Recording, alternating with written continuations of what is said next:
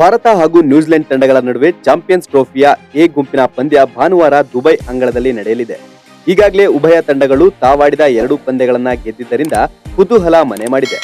Team India ತನ್ನ ಅಜೇಯ ಓಟವನ್ನ ಮುಂದುವರಿಸುವ ಯೋಜನೆಯನ್ನ ಹಾಕಿಕೊಂಡಿದೆ. ಅಲ್ಲದೆ ಎ ಗುಂಪಿನಲ್ಲಿ ಅಗ್ರಸ್ಥಾನಿಯಾಗಿ ಸೆಮಿಫೈನಲ್ ಪ್ರವೇಶಿಸುವ ಕನಸು ಕಾಣ್ತಿದೆ. ಅದರ ಜೊತೆಗೆ ಕಿವೀಸ್ ವಿರುದ್ಧ ಗೆದ್ದು 25 ವರ್ಷಗಳ ಸೇಡು ತೀರಿಸಿಕೊಳ್ಳಲು ಕೂಡ ಕಾಯ್ತಿದೆ. ಏನಿದು ಸೇಡು ಎಂಬ ಕುತೂಹಲಕ್ಕೆ ನಾವು ಉತ್ತರ ಕೊಡ್ತೀವಿ. ಅದಕ್ಕೂ ಮೊದಲು ಬಾಸ್ ಟಿವಿ ಕನ್ನಡ ಚಾನೆಲ್ ಅನ್ನ ಸಬ್ಸ್ಕ್ರೈಬ್ ಮಾಡಿ. ಟೀಂ ಇಂಡಿಯಾ ಮತ್ತೊಂದು ಐಸಿಸಿ ಪ್ರಶಸ್ತಿಯ ಮೇಲೆ ಕಣ್ಣಿಟ್ಟಿದೆ. ಈ ಟೂರ್ನಿಯಲ್ಲಿ ಇಷ್ಟು ದಿನ ಆಗಿದ್ದು ಒಂದು, ಇನ್ಮುಂದೆ ಆಗುವುದು ಇನ್ನೊಂದು. ಲೀಗ್ ಹಂತದ ಕೊನೆಯ ಪಂದ್ಯದಲ್ಲಿ ಭಾನುವಾರ ನ್ಯೂಜಿಲೆಂಡ್ ವಿರುದ್ಧ ಕಾದಾಟ ನಡೆಸಲಿದೆ. ಈ ಮೂಲಕ ಚಾಂಪಿಯನ್ಸ್ ಟ್ರೋಫಿಯಲ್ಲಿ ಮೊದಲ ಬಾರಿಗೆ ಬಲಿಷ್ಠ ತಂಡವನ್ನ ಎದುರಿಸಲಿದ್ದಾರೆ. ಎ ಗುಂಪಿನ ಬಲಿಷ್ಠ ತಂಡಗಳು ಮಾರ್ಚ್ 2ರಂದು ದುಬೈನಲ್ಲಿ ಕಾದಾಟ ನಡೆಸಲಿವೆ. ಈಗಲೂ ಭಾರತ ಹಾಗೂ ಪಾಕಿಸ್ತಾನ ನಡುವಣ ಪಂದ್ಯವನ್ನ ಹೈ ವೋಲ್ಟೇಜ್ ಪಂದ್ಯ ಎಂದು ಹೇಳಲಾಗಿತ್ತು. ಅಂತೆಯೇ ಭಾರತ ನ್ಯೂಜಿಲೆಂಡ್ ತಂಡಗಳ ನಡುವಿನ ಕಾದಾಟವು ಜನರ ಚಿತ್ತ ಕದ್ದಿದೆ. ಎರಡೂ ತಂಡಗಳಿಗೆ ಇದು ಮಹತ್ವದ ಪಂದ್ಯವಾಗಿರಲಿದೆ. ಈ ಪಂದ್ಯದಲ್ಲಿ ಗೆಲುವು ದಾಖಲಿಸಿ ಅಂಕಪಟ್ಟಿಯಲ್ಲಿ ಬಡ್ತಿ ಪಡೆದು ಅಗ್ರಸ್ಥಾನೀಯವಾಗಿ ಸೆಮಿಫೈನಲ್ ಪ್ರವೇಶಿಸುವ ಕನಸು ಎರಡೂ ತಂಡಗಳದ್ದಾಗಿದೆ.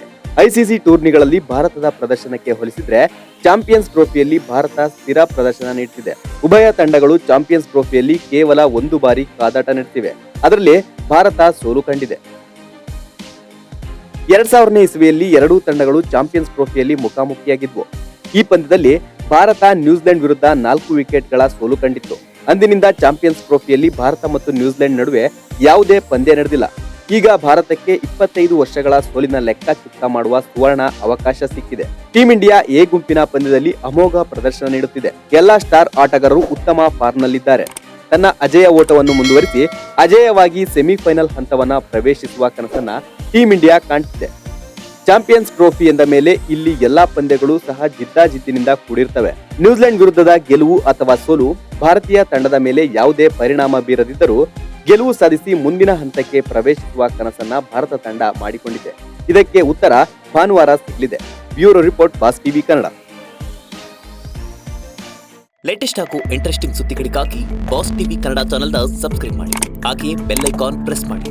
ಇದರ ಜೊತೆಗೆ ಫೇಸ್ಬುಕ್, ಇನ್ಸ್ಟಾಗ್ರಾಮ್, ಎಕ್ಸ್ ನಲ್ಲೂ ಮಿಸ್ ಮಾಡದೆ ಫಾಲೋ ಮಾಡಿ.